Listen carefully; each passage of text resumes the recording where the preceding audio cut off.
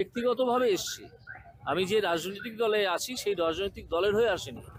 আমি এই শহরের একজন বাসিন্দা, সেই হিসেবে আমি মনে করেছি যে ডাক্তাররা বিকেল 4টে থেকে এখানে বসে আছেন, জুনিয়র ডাক্তাররা, তারা হচ্ছে বয়সে অনেক ছোট। আমি তাদের প্রতি সহমর্মিতা, তাদের প্রতি সমর্থন জানানোর জন্য এসেছি।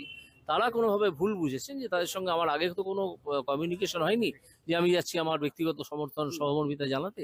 সেই জন্য তারা হয়তো কোনোভাবে মনে করেছে যে ওনার গো ব্যাক বলাটা উচিত বলেছেন। আমার তা নিয়ে কোনো দুঃখ, কোনো ক্ষোভ, কোনো অভিমান, পূর্ণ সমর্থন রয়েছে, পূর্ণ সমর্থন আছে। এমনকি তাদের, আমি মনে করি তাদের ডেমোক্রেটিক রাইটও আছে কাউকে গো ব্যাক বলার, তাদের আন্দোলনে ঢুকতে না দেওয়ার রাইটও তাদের আছে, অবশ্যই আছে। তারা তৈরি করেছেন এই আন্দোলনটা। তারা তো জেদ করে বসে আছে, থাকবেন, যতদিন আমি সাপোর্ট করবো, যতদিন তারা বসে থাকবেন আমার ব্যক্তিগত সাপোর্ট তাদের সঙ্গে থাকবে। কারণ তারা যে উদ্দেশ্যে লড়াইটা চালাচ্ছেন, আমরাও, আমার রাজনৈতিক দল এবং আমি ব্যক্তিগতভাবে সেই উদ্দেশ্যেই লড়াইটা চালাচ্ছি, সেখানে কোনো বিরোধ নেই। তাহলে সিপির পদত্যাগ অবশ্যই অবশ্যই অবশ্যই পদত্যাগ চাই। এই সিপি হওয়ার যোগ্যই নন।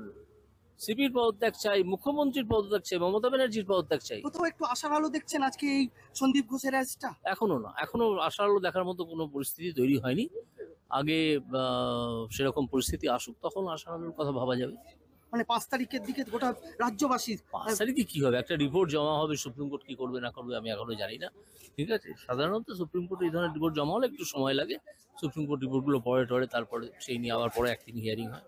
সেই হিয়ারিং কবে হবে না হবে আমি তো জানি না, তখন দেখা যাবে।